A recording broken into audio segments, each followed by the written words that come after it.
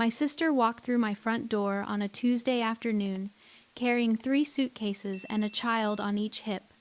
She did not call. She did not knock. She stood in my living room, looked around like she was pricing furniture, and said, "I want the master bedroom for Lily." I was standing in the kitchen holding a coffee mug I had bought with my own money in a house I had paid for with 15 years of my life, so I poured her a cup, and I said, "Sure, pick any room you want." Bridget set the kids down. Lily, 7, walked straight to the hallway and started opening doors. Jack, 4, sat on my couch and stared at me like I was a substitute teacher he had not been warned about. Fair enough. I had not seen either of them since Christmas, and Christmas had been brief. "Keith and I are done," Bridget said, pulling her jacket off and draping it over the back of my dining chair. She said stability the way some people say organic, like it was a brand she had recently discovered. The coffee was still warm. "How long are you thinking?" "However long it takes." I did not ask what it would take. I already knew more than she thought I did. 3 days more, to be exact. But she did not need to know that yet. My name is Wren. I am 37 years old, and I have lived in this house in Durham, North Carolina for 15 years. 180 mortgage payments. Every cent mine. That is what I used to say.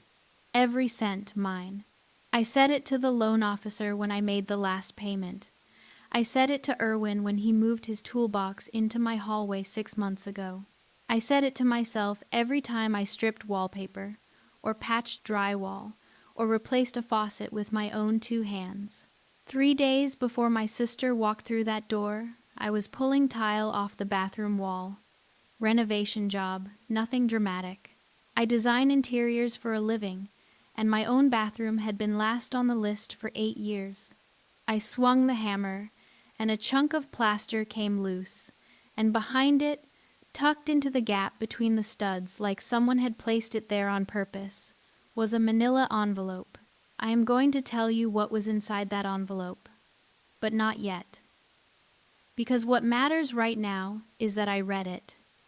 I read every word, and then I put it back in the wall, covered the hole with a piece of cardboard, and went to bed. I did not sleep. Lily appeared in the kitchen doorway. "Mama says the room at the end of the hall is biggest." "It is. She says that one is for me and Jack." "That is the guest room," I said. "It has new curtains." Lily looked at me with the seriousness of a child who has recently learned that adults do not always tell the truth. "Mama says we might be here for a while." "Your mama says a lot of things." Lily considered this. Then she wandered down the hall toward the bathroom. Her footsteps stopped. The door was open, and the wall was still torn apart. Plaster dust on the floor, cardboard taped over the hole where the envelope had been. "Did a monster live in there?" she called. "Something like that," I said. Bridget was already upstairs. Closet doors opened and closed. Water ran in the bathroom, stopped, ran again. She was testing the pressure, doing whatever people do when they walk into someone else's home and start measuring it for themselves. She had always been like this.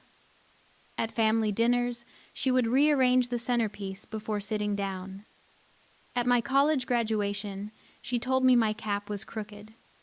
Not mean, just certain. Bridget moved through the world with the absolute confidence of someone who believed that her version of any room was better than the one she found. Our mother had been the same way. The mug went upside down on the rack. The counter got wiped. These small things, these rituals of a house that answers only to you. 15 years of paint swatches and pipe fittings, and Saturday mornings with the windows open and no one asking me for anything. There is a spare key hanging on a hook by the front door. Brass, a little tarnished. It went up the day I moved in, and it has never left that hook for anyone. Not my mother, when she was alive. Not Erwin, even though his toolbox sits in my hallway. Not Bridget. especially not Bridget. My phone buzzed. Erwin. Want me to come over? My fingers typed back. Not yet. Need to see something first. He did not ask what. Erwin is a carpenter. He understands that some walls you knock down on purpose, and some walls you leave standing until you know what is behind them. He would wait. Bridget came back downstairs. She had changed into sweatpants and a t-shirt, which meant she had already unpacked at least one suitcase. She opened my fridge, pulled out the orange juice, and drank straight from the carton. You still have Mama's curtains in the guest room, she said, wiping her mouth. I thought you would have changed everything by now. I changed what needed changing. She looked at me. Really looked. Searching for something. Anger, maybe. Or permission. I gave her neither. I just stood there in my kitchen, in my house, with the envelope 3 days old in my memory and the plaster dust still on the bathroom floor, and I smiled. Welcome home, Bridget, I said. She smiled back. She had no idea. Outside, the sun was going down behind the oak tree. I had trimmed myself last October. The porch light came on, the one I had wired after watching a tutorial at 2 in the morning. My house, my wiring, my light. But somewhere behind a piece of cardboard in the bathroom wall, there was a letter that said otherwise. And in 3 days, my sister was going to find out that every story our mother ever told us was a lie. Both of them. 3 days earlier, on a Saturday morning, the house was quiet and the bathroom was a disaster. Dust mask on, safety glasses, hammer in hand. The tile had been ugly since the day the previous owner installed it, a shade of green that belonged in a dentist's office from 1982. 8 years of staring at that tile, 8 years of telling myself next month, and finally the hammer came down. The first row came off clean. The second cracked along the grout. The third is where everything changed. Behind the tile, behind the backer board, tucked between the wall studs in a space no larger than a shoebox, was a manila envelope. Yellowed at the edges, sealed with tape that had gone brittle, and on the front, in handwriting that made my chest lock up before my brain caught up, 2 words. Varen, my mother's handwriting.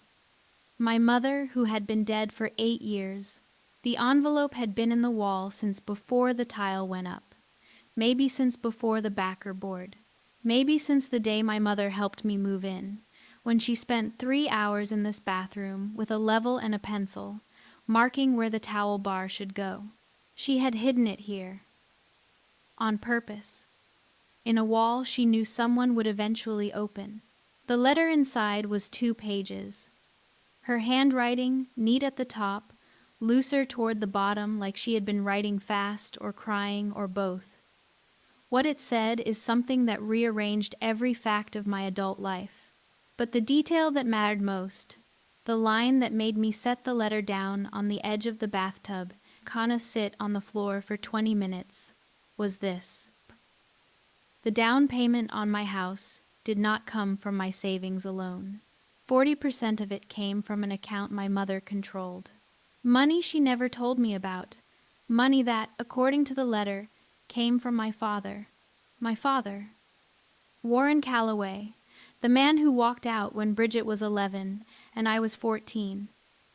The man whose name my mother spoke the way people speak about weather damage. Something that happened, left a mess, moved on. Have you ever been proud of something your whole life, and then discovered one detail that made you question all of it? 15 years, 180 payments, every cent mine, except the first 40%, except the foundation. Saturday night, after reading the letter twice more, after putting it back in the wall and covering the hole with cardboard, after showering in the other bathroom because this one had become a crime scene in my mind, I sat at the kitchen table and made a list. What the letter claimed. What could be verified. Where to start. Monday morning, 9:15. The Durham branch of First Mutual. The loan officer was young, maybe 25, with a name tag that said Terrence. He pulled up the original mortgage file from 15 years ago and turned the screen toward me. "Here is the initial deposit," he said, "and here is the source account for the remaining balance of the down payment." The number on screen was not small, and the account it came from was not mine. "Whose account is that?" My voice was level. Terrence did not know he was participating in the unraveling of my entire identity. He was just doing his job. "Looks like it was a third-party transfer. From a Loretta Calloway." "My mother?" Terrence scrolled down. "There is also some co-signer paperwork in the original file. Would you like copies?" Co-signer. My mother had co-signed. 15 years ago, when the mortgage officer asked me to sign the papers, my mother sat next to me in a navy blazer and smiled and said, "This is all you, sweetheart." And somewhere in the fine print, her name was there too. "Yes," I said. "Copies of everything." The drive home took 11 minutes. Normally it takes 8. The extra 3 were spent sitting in the parking lot of a Walgreens, engine running, staring at a folder full of paper that proved my mother was a liar. Not a bad person. That is the part that made it worse. Not bad, just a liar. A precise, organized, loving liar who hid an envelope in a wall and co-signed a mortgage in secret and told her daughter every cent is yours, knowing it was not. The house was quiet when I got back. Bridget had not arrived yet. That would come Tuesday. The bathroom was still torn apart. The cardboard was still taped over the hole. The letter was still behind it. On the kitchen counter, next to the fruit bowl, sat my mother's jewelry box. Rosewood, brass hinges, a small scratch on the lid from when Bridget knocked it off the dresser in 2006. After the funeral, nobody wanted it. Bridget said it was too sad. The cousins said, "Give it to Goodwill," so it came home with me, and it had sat on that counter for 8 years, and I had never opened it. Not once. Standing there, keys still in my hand, bank folder on the table, I looked at that box, the way you look at a door you have walked past 1,000 times and suddenly realize might be unlocked. My hand reached out, then stopped. Not yet. That night, Erwin came over. We ate takeout on the porch. He talked about a cabinet job in Chapel Hill. Some client who wanted walnut but could only afford pine. Normal things. Good things. The kind of evening that makes you forget there is a letter in your bathroom wall that changes the math on your entire life. "You are quiet tonight," he said. "Thinking about walls." He nodded. Erwin does not push. He builds things and he waits for the wood to tell him what it wants to be. It is the quality that made me trust him in the first place. Some people fill silence with noise. Erwin fills it with patience. "Some walls," I said, "you knock down on purpose. And some walls, it turns out, were never yours to begin with." He looked at me for a long time. Then he picked up his chopsticks and said, "Sounds like a Tuesday problem." It was Saturday. Tuesday was 3 days away. He did not know how right he was. Tuesday night. Bridget was asleep in the guest room with both kids tucked against her like sandbags in a flood. The house was quiet in that specific way. A house gets quiet when it has too many people in it, and all of them are pretending things are fine. I sat on the back porch with my phone in my hand for 11 minutes before I dialed. The number was saved under Warren. Not Dad, not Father, just Warren. The way you might save the name of a plumber who came once and did an okay job. It rang 4 times. A woman answered. Phyllis, his wife. His second wife, to be accurate, though my mother would have said his real wife and I are the ones he left behind. "Wren?" Phyllis sounded surprised but not alarmed. She had the voice of someone who expected the world to occasionally deliver complications and had decided long ago to handle them with tea and directness. "It is late, honey. Is everything all right?" "Fine." "Could I speak to Warren?" A pause. The sound of a television being muted. Footsteps.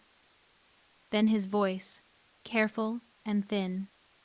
The way voices get when someone calls who has not called in a very long time. Wren. Warren. Neither of us said anything for a few seconds. Somewhere in Roanoke, Virginia, my father was standing in a hallway in his socks, and somewhere in Durham, North Carolina, I was sitting on a porch my mother helped me paint, and between us there were 4 hours of highway and 22 years of a story I was beginning to suspect had been told wrong. "I found something in the house," I said. "In the bathroom wall." He did not ask who her was. There was only one her in this family. "What did it say?" "You tell me." Another silence. Longer this time.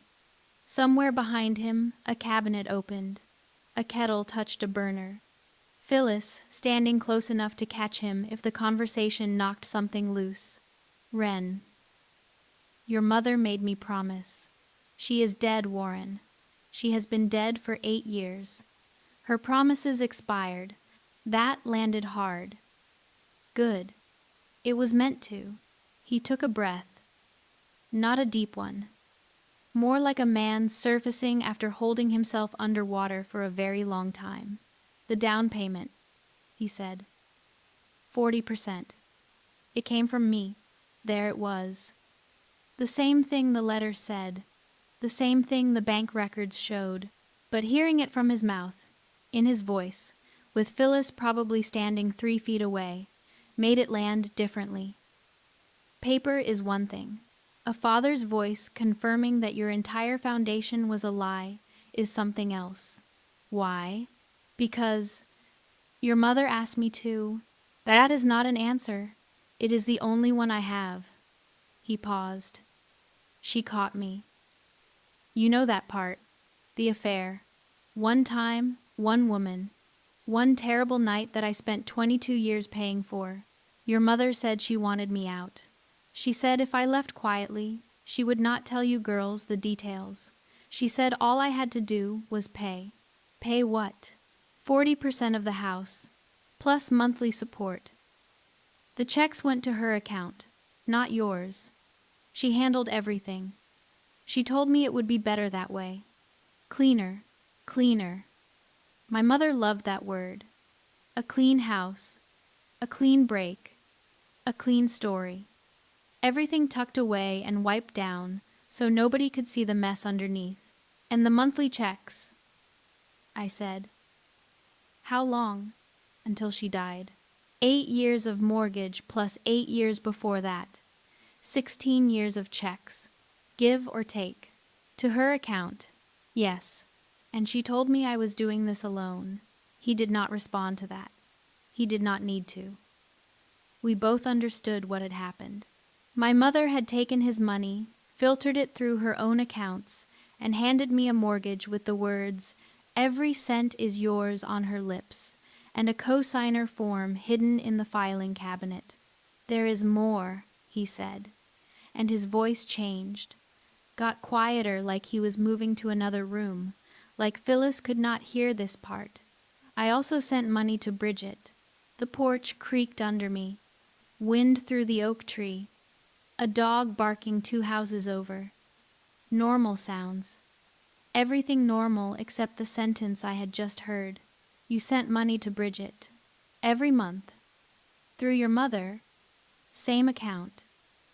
Your mother told Bridget it was savings. Money she had set aside over the years. Bridget never knew it came from me. So, Bridget, who showed up at my door with 3 suitcases and the confidence of someone who believed she had been surviving on her own. Bridget, who said Keith and I are done like she was the first woman in history to walk away from a bad marriage. Bridget, whose mother had been quietly funding her independence with money from the father Bridget believed had abandoned them both. Does Bridget know? I asked. No. Your mother said it was better if neither of you knew. Better, cleaner, every cent mine. The vocabulary of a woman who believed that controlling the story was the same as telling the truth. Warren, yes, how many letters did she write? The silence that followed was different from the others. Not guilty, not careful, afraid. Your mother wrote letters to everyone, he said. Her sister, the neighbor, her college friend, me, you. Each one said something a little different. She had versions, Wren, versions of the truth for every person who mattered to her. Versions. Like software updates.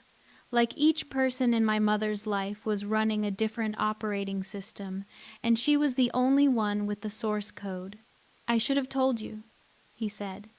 Years ago, after she died, after the funeral, every birthday I called, I almost said it, every single one, but you did not. No, because she asked you not to, because I owed her, and because I was afraid you would hate me more for the truth than for the silence. I looked at the back door. Through the glass I could see the hallway. Bridget's jacket on the chair, Lily's shoes by the stairs, Jack's sippy cup on the counter, the one with the dinosaur lid, next to my mother's jewelry box. I do not hate you, Warren, I said. And it was true, which surprised me. Hate requires certainty. Right now I had nothing but questions. I am not ready to talk about this more, I said. Not tonight. Okay. But Warren, yes? You should know that Bridget is here. In the house. She arrived today with her kids. She thinks this house is partly hers because of a letter our mother wrote her, a different letter, with a different version of the truth. Silence. Oh, Loretta, he whispered. Not to me, to her, to the ghost of a woman who had managed to start a war between her daughters from inside a bathroom wall. I hung up. Set the phone face down on the porch railing. Sat there for a long time. Inside the house, the hallway light was still on. Bridget had left it on for the kids, probably. She always left lights on. Our mother used to scold her for it. Electricity costs money, Bridget. Turn it off, as if the light bill was the thing that mattered most. As if all the things left on in this family were bulbs and not lies. Tomorrow I would sit across from my sister at breakfast. She would pour cereal for her kids and drink my orange juice straight from the carton and talk about school districts like she planned to stay forever. And I would smile, and I would watch, and I would decide exactly when to open the envelope, because the question was no longer what my mother had done. The question was how much my sister already knew. Wednesday morning. Bridget made pancakes. Not asked, not offered. Just stood in my kitchen at 7:15 with flour on her wrist and a spatula in her hand, flipping circles onto the cast iron pan like she had been doing it here for years. Jack sat at the table drawing something with crayons. Lily was reading a chapter book, lips moving silently, one sock on and one sock off. You alphabetized your spices, Bridget said, gesturing toward the rack above the stove with the spatula. Who alphabetizes spices? People who own kitchens. She laughed. A real laugh, not the polished kind she used at family gatherings. For a moment she looked exactly like the girl who used to steal frosting off birthday cakes when our mother was not looking. Bridget at 11. Bridget before everything got complicated. The pancakes were good, better than mine. She used vanilla extract and a pinch of cinnamon, which is something our mother used to do, and which neither of us ever mentioned, because mentioning it would mean talking about her, and talking about her had been something we avoided, with the precision of two people, stepping around the same crack in the sidewalk for 8 years. Wren, Bridget said, setting a plate in front of me. Can we talk about the house? Okay, not now. She glanced at the kids. Lily was pretending to read, but her eyes had stopped moving. Children hear everything. Tonight, after they are in bed, tonight works. She smiled, grateful and careful and just slightly too confident, the way someone smiles when they believe they are about to present a winning hand. The day passed. Bridget took the kids to the park on Gear Street. She came back with popsicle stains on Jack's shirt and a library card application for Lily. She was building a life here, not visiting. Building, hanging towels on hooks, memorizing which drawer held the scissors, asking the neighbor about recycling pickup days. Every small act was a brick, and every brick said the same thing. This is not temporary. Erwin stopped by after lunch, brought a sanding block for the bathroom trim, stood in the hallway with sawdust on his boots, and looked at Bridget's 3 pairs of shoes lined up by the door. She is settling in, he said quietly. She thinks she has a reason to. Does she? That was the question. The question behind every question. Did Bridget have a reason? My mother's letter said yes. The bank records said maybe. The mortgage I had paid for 15 years said absolutely not. But somewhere in between all of that was a truth I had not yet been able to name, and tonight I was going to find out how close my sister could get to it. 8:45. Kids asleep. Bridget came downstairs with a glass of water and sat across from me at the dining table. The overhead light was too bright for this kind of conversation, so I had turned it off and left only the lamp in the corner. Softer. The kind of light that lets people say things they would not say under fluorescence. When Mama died, Bridget began, turning the glass slowly in her hands, she left me something. The jewelry box went to me, I said. Neutral. Testing. Not the jewelry box. A letter. My chest did something quiet and violent at the same time. Like a door closing in a room you did not know was open. She wrote it before she got sick. Or maybe right after the diagnosis, before the treatment started. She gave it to me sealed, told me not to open it until I needed it. Bridget looked down. Keith leaving felt like needing it. What did the letter say?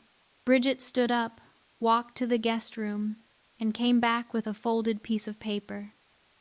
Same stationery as the one in the wall. Same handwriting. Same blue ink. 2 letters from the same woman, written to 2 different daughters, hidden in 2 different places. She unfolded it on the table and pushed it toward me. The letter was 1 page, shorter than mine. The handwriting was tighter, more controlled, like our mother had rehearsed what she wanted to say before committing it to paper. Most of it was what you would expect from a mother writing to her younger daughter. Be strong. Trust yourself. The house is always there for you. But the last paragraph stopped me cold. Your sister and I made an arrangement years ago. She knows about it. She agreed that the house would always be a safe place for both of us. If you ever need to come home, come. The door is open. That was always the deal. Your sister knows. She agreed. No, I did not. There was no arrangement. There was no deal. There was no agreement. There was a woman hiding an envelope in a bathroom wall and another envelope in her daughter's bedside drawer, telling each girl a different story, making each one believe the other was in on it. Bridget was watching my face. You knew, she said. Right? Mama said you knew.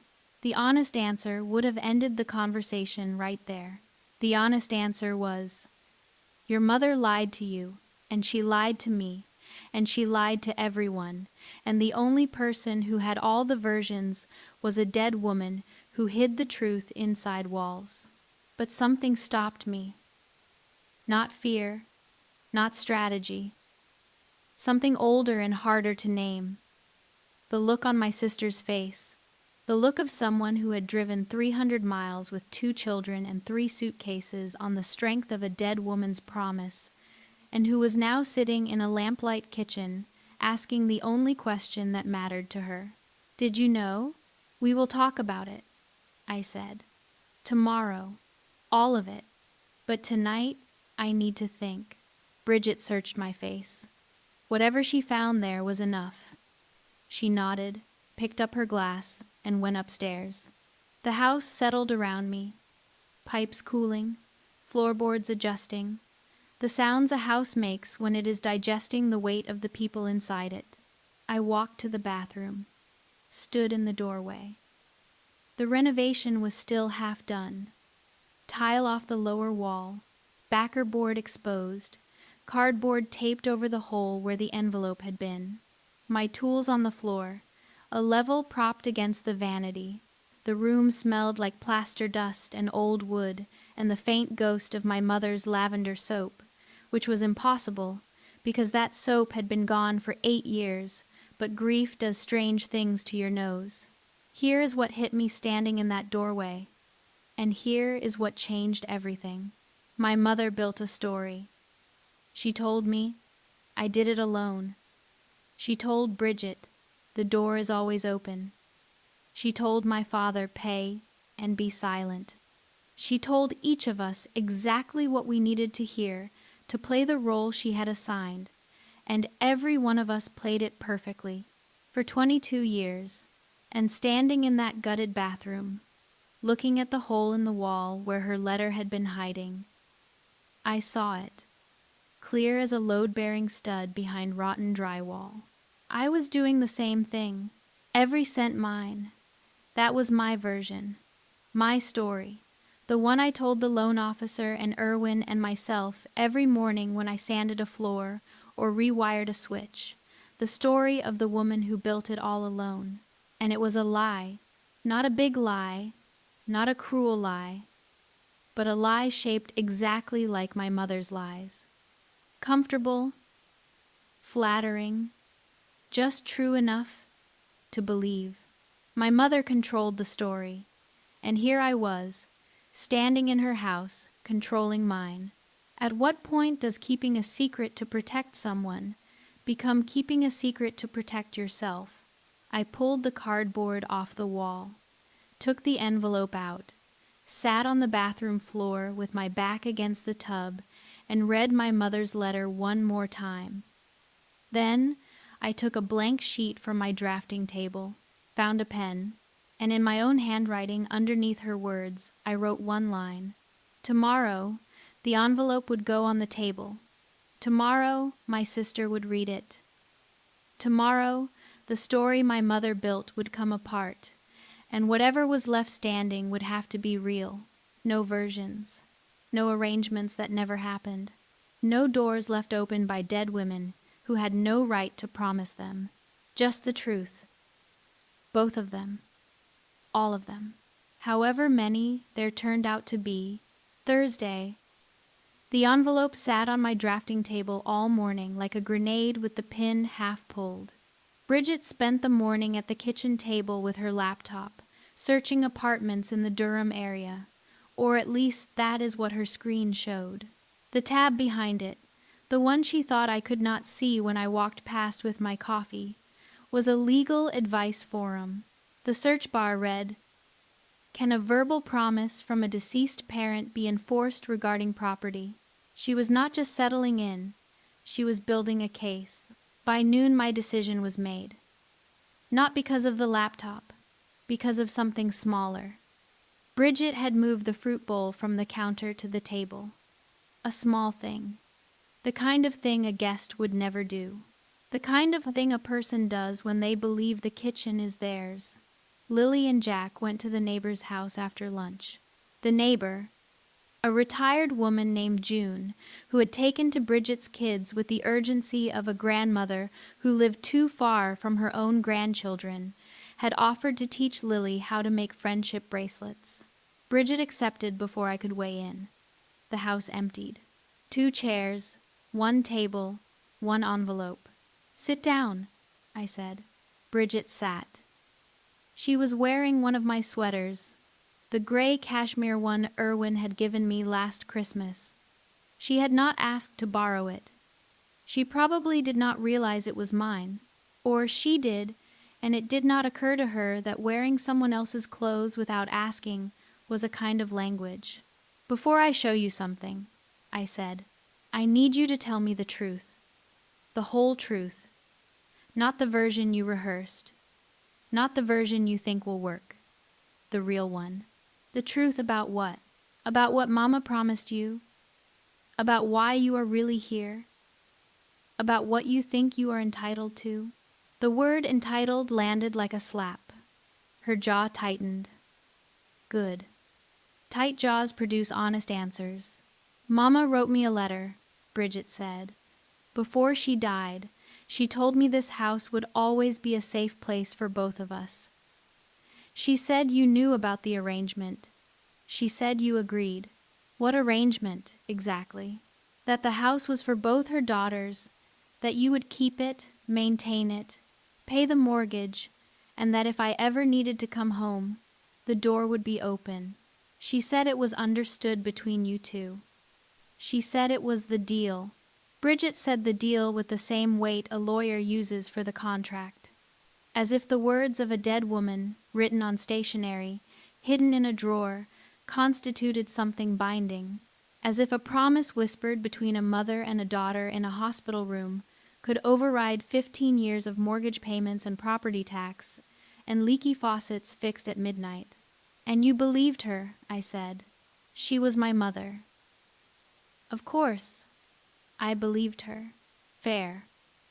Cruel, but fair. Because I had believed her, too. Different letter. Different lie. Same woman. Okay," I said. "My turn." The envelope was under the table, on my lap, where I had placed it before she sat down. I brought it up and set it between us. Manila. Yellowed. The same stationery as hers. The same blue ink on the front. "For Wren. I found this in the bathroom wall," I said, 3 days before you arrived." Bridget looked at the envelope. Then at me. Then at the envelope again. Her hand did not move toward it. Smart girl. She already sensed that whatever was inside was going to rearrange the furniture of her entire argument. "Open it," I said. She opened it.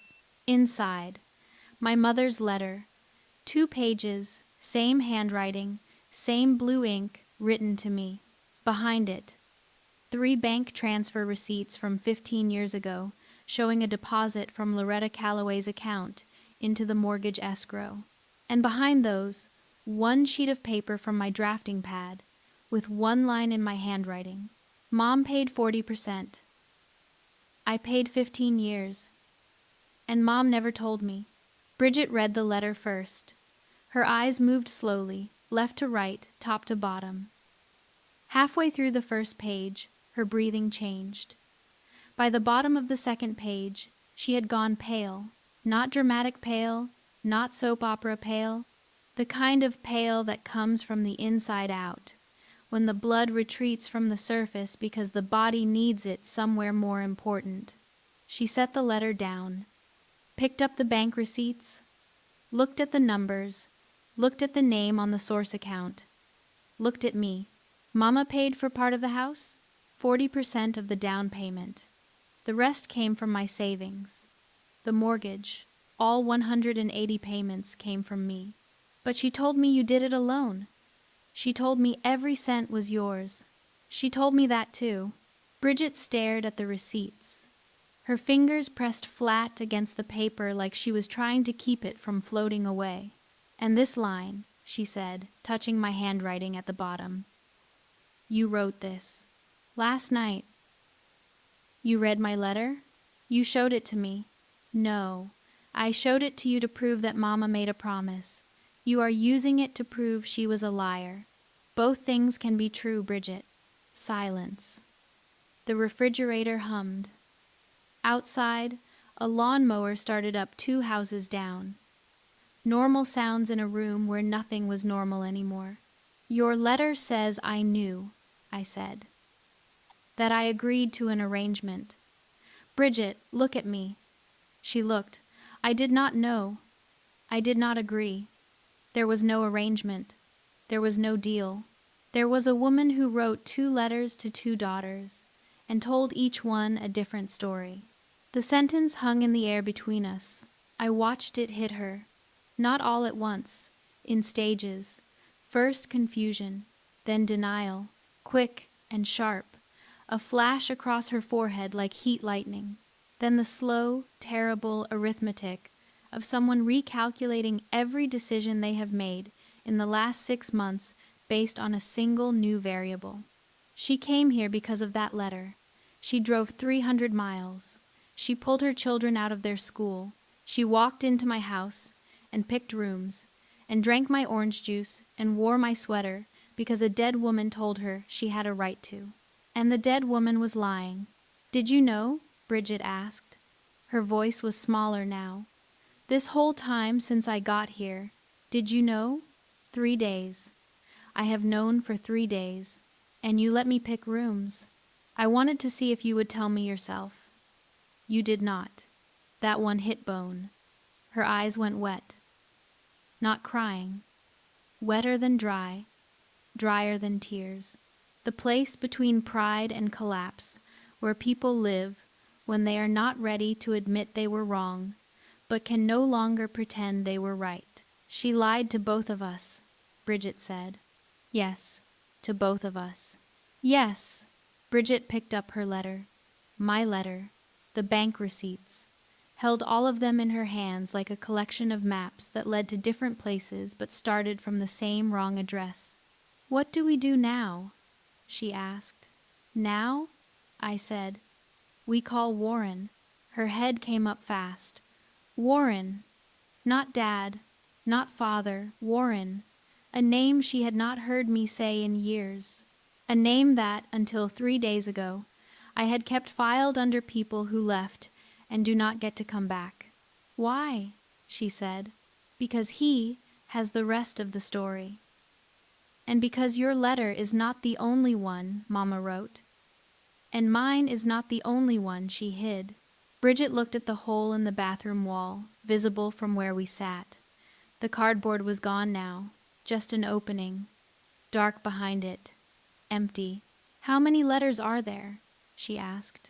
That, I said, is exactly the right question. The video call took 40 minutes to set up, because Warren did not know how to turn on his camera, and Bridget kept losing the connection from the guest room upstairs. By the time all 3 of us were on screen, it was past 9 at night, and nobody was pretending this was casual. Warren sat in what looked like a home office. Wood paneling, a lamp with a green glass shade. Behind him, a framed photo of a lake that could have been anywhere. Phyllis was not visible, but her presence was there in the way the room was tidy, the way a glass of water had been placed just inside his reach. Bridget sat cross-legged on the guest room bed. She had pulled her hair back, and her eyes were swollen. Not from crying, but from the kind of exhaustion that comes from spending an entire afternoon rethinking your life. Jack was asleep behind her. Lily was at the neighbor's. My laptop was propped on the kitchen table. Same table where the envelope had been opened 6 hours ago. The receipts were still there, spread out like evidence in a trial that had no judge. Great, Bridget said, looking at the screen. Family therapy via video call. We are very modern. Nobody laughed, but the line cracked something open. Warren, I said. Bridget knows about the down payment. She knows about the letter in the wall. She knows Mama told each of us a different story. What she does not know is what you told me on the phone Tuesday night. About Bridget's money.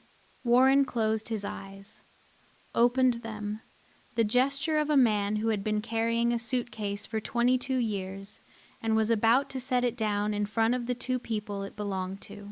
Bridget, he said, I sent your mother money every month, not just for the house. For you, Bridget blinked. What do you mean? For me? After the divorce, your mother and I agreed that I would send support for both of you. The house payment went into the mortgage account. Your portion went into your mother's personal account. She used it for your school supplies, your dance classes, your car insurance when you turned 16. She told you it was her savings, money she had set aside. It was not her savings. No, it was mine. Bridget stared at the screen. Not at Warren, at the space around him, the wood paneling, the green lamp, the glass of water. She was looking at the room of a man she had spent 20 years believing had vanished, and she was realizing he had been there the whole time, present in every dollar she thought her mother had earned alone, invisible in the way her mother had designed him to be invisible. Every month, Bridget said, every month. For how long? Until your mother passed. That is 16 years. Yes. Bridget pressed her palms against her eyes. Not crying. Holding something in. The kind of pressure that happens when the version of your life you have been narrating to yourself suddenly requires a complete rewrite. So Mama did not do it alone, she said. No, Warren said. She did not. And I did not do it alone. No. And Wren did not do it alone. No. 3 no's. 3 stories. 3 daughters and 1 father who had been paying his debt in silence, while the woman who collected it told everyone she was doing it by herself. How much of our lives was real? Bridget asked. The question was aimed at the screen, but it was meant for something larger, something that could not answer back. Warren rubbed his face. The love was real. Your mother loved you both more than anything in her life. That part was never a lie. The money was real too, I said, and the silence, and the letters, and the version of you she gave each of us. Those were also real. Warren flinched. He deserved to. Not because he was the villain. He was not.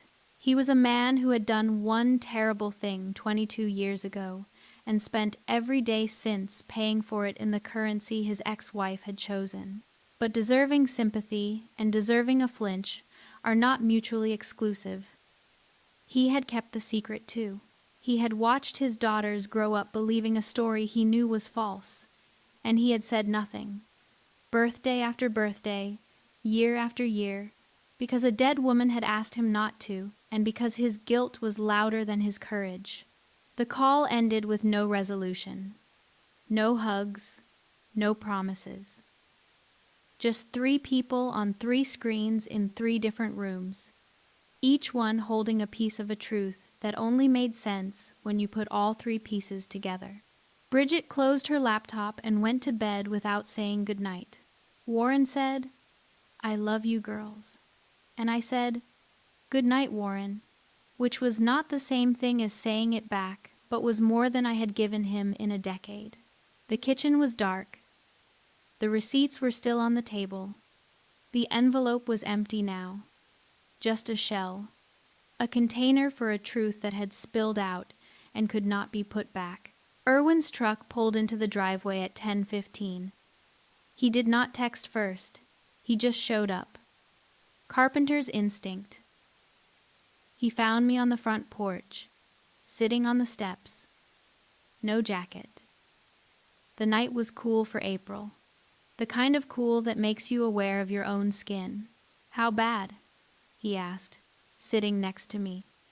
Not touching. Just close. My mother paid for part of the house. My father paid my mother. My sister got money from my father through my mother. Nobody told anybody the truth, and the woman who arranged all of it has been dead for 8 years. Irwin took this in. He had the gift of silence, the kind that does not rush to fill itself with words. He sat with the information the way he sat with a piece of wood before cutting, measuring, considering. She is wrong about the rooms, he said finally. I know, but she is not wrong about you. That stopped me. What does that mean? You use this house like armor, Wren. Every cent mine. Every pipe, every faucet, every tile. You built a wall out of mortgage payments and you stand behind it. And armor is great. He paused. Until you cannot take it off. Something cracked. Not broke. Cracked. The way a foundation cracks before it either heals or splits. A sound below language, deep in the framing of who I thought I was. She said Mama promised her the house, I whispered. She believed it. Did your mama promise you the house? She said every cent was mine. Same thing. Different version. He was right. Both daughters had been given a key by the same locksmith. Both keys were cut wrong, and both of us had spent years trying to open the same door with tools that did not fit. Erwin put his hand on the porch, step between us. Not on my hand, next to it, a carpenter's offer. Steady wood in a shaking frame. The porch light buzzed above us, the one I had wired myself. Still worked. Some things I had built were real. Not all of them, but some. That would have to be enough for tonight. Friday morning. The last morning things could stay the way they were. Bridget was sitting at the kitchen table when I came downstairs. No pancakes this time. No orange juice from the carton. Just her, a glass of water, and the look of someone who had slept badly and woken up worse. The kids were at June's again. Bridget had called her at 7:30, voice steady, and said, "Could you take them for a few hours? My sister and I need to talk. My sister and I need to talk." 5 words that carried more weight than anything our mother had ever written. I sat across from her. The table between us was bare except for the glass in my hands, folded, the way you fold them when you are about to say something you have been building toward for days. "Here is what is going to happen," I said. Bridget's chin lifted. Defensive. Ready. First. You have 30 days. That is not a punishment. That is a timeline.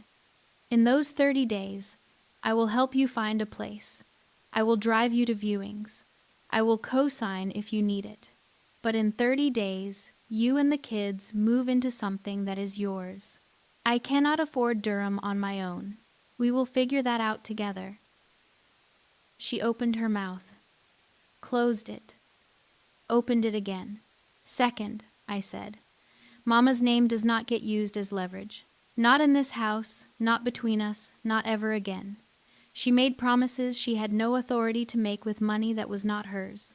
Whatever she told you, whatever she wrote, whatever she whispered, it is done. Her words do not get to furnish rooms in my house anymore. Bridget's face tightened. The ESFJ in her, the one who organized and remembered and cataloged every family tradition like sacred text, could not accept this easily. Our mother's words had been her compass. Without them, she was standing in a field with no map. And third, I said, if you want a relationship with me, a real one, it starts with you walking through that door because you want to see me, not because you need a roof, not because Mama told you to, because you, Bridget Calloway, chose to show up. That is the only version of sisterhood I am interested in. Silence. Long and clean and uncomfortable. Then Bridget broke it the only way she knew how. With noise. You want to talk about leverage? Her voice climbed. Mama gave you that money. Without her, you would have nothing. This house? Her money started it. Your precious mortgage? She co-signed it. You want to sit there and tell me I have no claim? She built the foundation, Wren. She built the foundation, and you just stacked bricks on top and called yourself an architect. It was a good line. Sharp. True enough to cut. The kind of sentence our mother would have been proud of. And something inside me shifted. Not snapped. The word snap implies a loss of control. This was the opposite. This was the INFJ going cold. The seer stepping behind glass. The moment where the warmth leaves the voice and what remains is precise and quiet and devastating. You are right, I said. Without Mama's money, I would have started from zero. Exactly where you are right now. I held her gaze. And you know what? I would have been fine. Because I know how to build. I have spent 15 years proving it. Can you say the same? Bridget stared at me.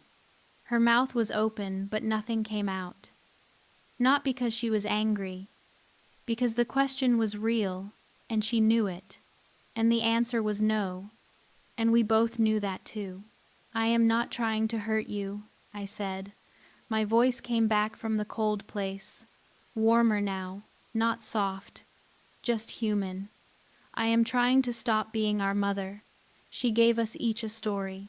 Yours was that someone would always catch you. Mine was that I never needed catching. Both stories kept us apart. Both stories were designed by a woman who could not let her children be honest with each other, because honesty was the one thing she could not control. Bridget wiped her eyes. Quick! Like she was angry at the tears for showing up uninvited. There is one more thing, I said. Wait here. The jewelry box was on the counter where it had been for 8 years. Rosewood, brass hinges.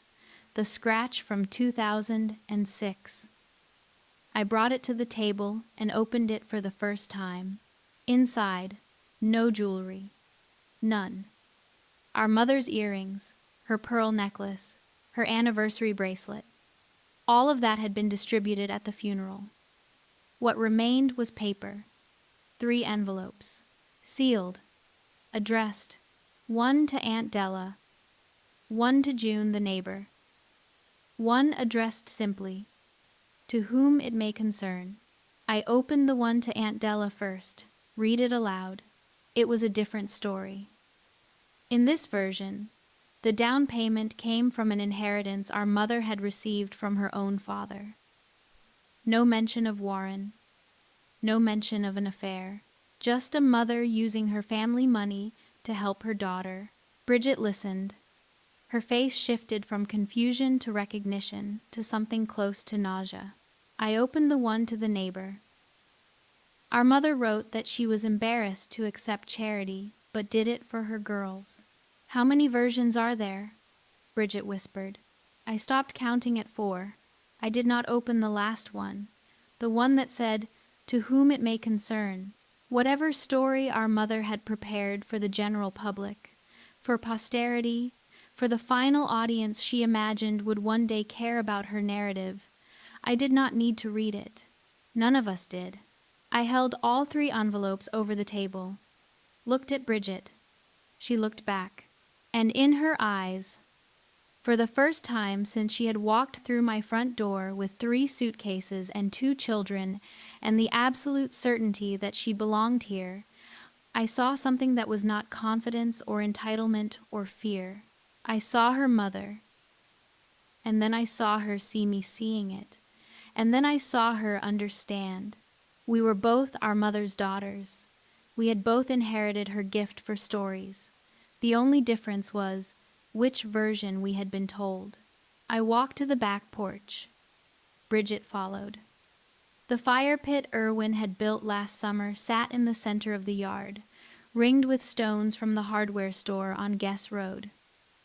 I dropped the envelopes in, struck a match, watched the paper catch and curl and blacken and disappear. Bridget stood next to me, close enough that her shoulder almost touched mine. Almost. Not quite. She did that to everyone, Bridget said. She could not stop telling stories. Even from the grave, the fire ate the last corner of the last envelope. Ash floated up, caught the wind, gone. Are we going to be okay? Bridget asked. The honest answer was, I do not know. The mother answer, the Loretta answer, would have been, of course, sweetheart. The Wren answer, the one that had been forming inside me since I pulled a manila envelope from a bathroom wall, was something in between. I do not know, I said. But I know this. The next story we tell about this family is ours, not hers. The fire pit smoked. The ash settled. And for the first time in a week, the house behind us was just a house. Wood and nails and plaster and 15 years of payments. Nothing hidden in the walls, nothing promised from the grave. Just rooms. Just rooms that needed deciding what to do with. 30 days is not a long time. It is not enough to heal anything, but it is enough to start. Bridget found an apartment on the second floor of a converted house off West Club Boulevard. 2 bedrooms, 1 bathroom, a kitchen the size of a closet, and a porch that overlooked a parking lot. It was not beautiful. It was not big, but her name was on the lease. Her name and nobody else's. Moving day was a Saturday. Erwin brought his truck. June brought sandwiches. Lily carried a box labeled "My Stuff" in crayon letters. Jack carried a stuffed rabbit and refused to put it down for any reason, including going to the bathroom. There was not much to move. 3 suitcases had become 4 boxes, a second-hand dresser from the Habitat Restore, and a set of dishes Bridget bought at the Tuesday Morning on 9th Street. She stood in the empty living room of her new apartment and turned in a slow circle, arms at her sides, like a woman trying to figure out if she fit inside her own life. "It is small," she said. "It is yours," I said. "That is the difference." She looked at me. Something passed between us that was not forgiveness, and not anger, and not love, exactly, but something older than all 3. Recognition, the look of 2 people who had survived the same house and were only now learning they had been living in different versions of it. Back at my place, alone for the first time in a month, I walked through the rooms. Guest room. Stripped. Bridget had made the bed before she left. Hospital corners, the way our mother taught us both.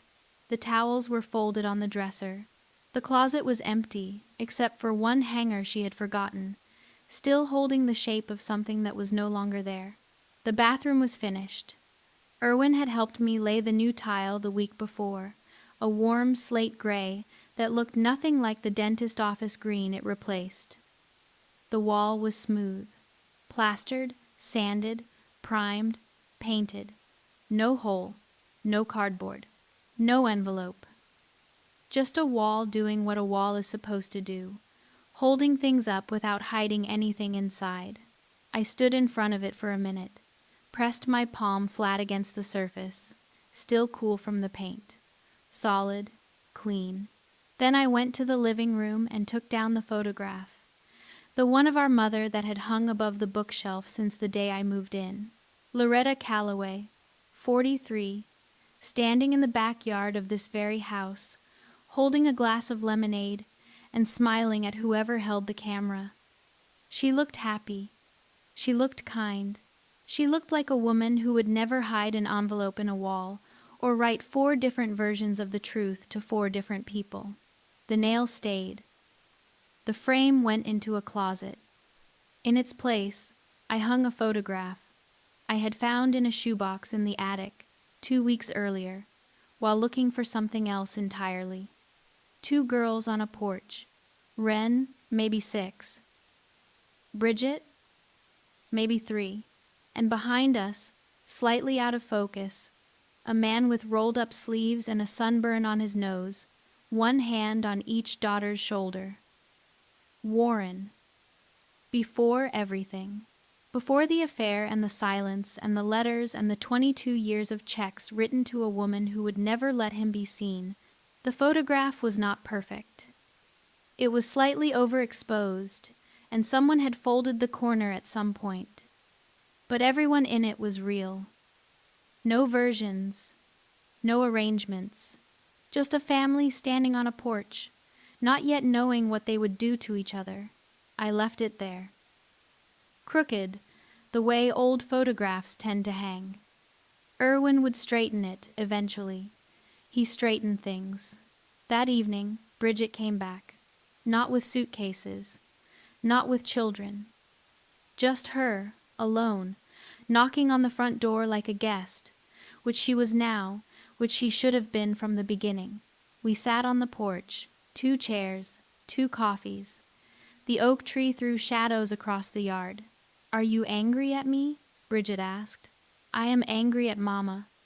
With you, I am just tired. She nodded. Sipped her coffee. The apartment has a leak in the bathroom, she said. Under the sink. I will come look at it tomorrow. You do not have to. I know. I will come anyway. A small thing. A leak under a sink. The kind of problem that is easy to fix if you know how, and impossible if you do not. Bridget did not know how. She had never had to. Our mother had made sure of that, the same way she had made sure I never had to ask for help. 2 daughters, 2 cages, both disguised as gifts. I reached into my pocket and pulled out a key. Brass. New. Cut that afternoon at the hardware store on Guess Road. Spare key, I said, for your apartment, in case you lock yourself out. Bridget took it, held it in her palm, looked at it the way you look at something small that means something large. Thank you, she said. Do not lose it. I only made one. She closed her hand around the key, put it in her jacket pocket, zipped it shut, and for the first time since she had walked through my front door with 3 suitcases and 2 children, and the unshakable belief that she belonged in my house, Bridget Calloway had a key to something that was entirely her own. After she left, I sat on the porch a while longer. The coffee went cold. The streetlights came on. A couple walked past with a dog, arguing gently about whose turn it was to cook. I picked up my phone, opened a new message, typed 5 words to a number saved under Warren. I know now. Not ready to talk. Sent. In Roanoke, in a house with wood paneling and a green lamp and a wife who knew when to put the kettle on, Warren Calloway read the message. Phyllis looked at his face. The girls? She asked. He nodded. He did not reply. He set the phone on the table and looked out the window at a sky that was the same sky his daughters were sitting under, 4 hours south, in a house he had helped pay for and was never allowed to claim. On my porch, the phone stayed dark. No reply. That was fine. Some conversations do not need an answer. They just need to be sent. The house was quiet. Same roof, same porch, same steps I had rebuilt with Irwin last spring. Inside, the walls were painted, and the tile was new, and the photograph above the bookshelf had 3 people in it, instead of 1. Nothing hidden. Nothing promised. Nothing owed. If you have ever lived in a house built on someone else's truth and rebuilt it into your own, you know. You know exactly what it costs. And you know it is worth every cent. Every cent yours. For real this time. You can pay every bill, fix every pipe, and still be standing on a foundation someone else poured without telling you. That does not make your work less real. It makes the truth more complicated than the story you were told. If someone in your family controlled the narrative, decided who knew what and when, and called it love, you are not alone. And if you have ever discovered that the person who sacrificed the most was also the person who lied the most, you know that grief and anger can share the same chair. Here is what matters. You are allowed to tear down the wall. You are allowed to read what is hidden there, and you are allowed to burn the versions that were never yours to carry. Have you ever rebuilt a relationship after discovering it was built on someone else's terms? What did it cost you?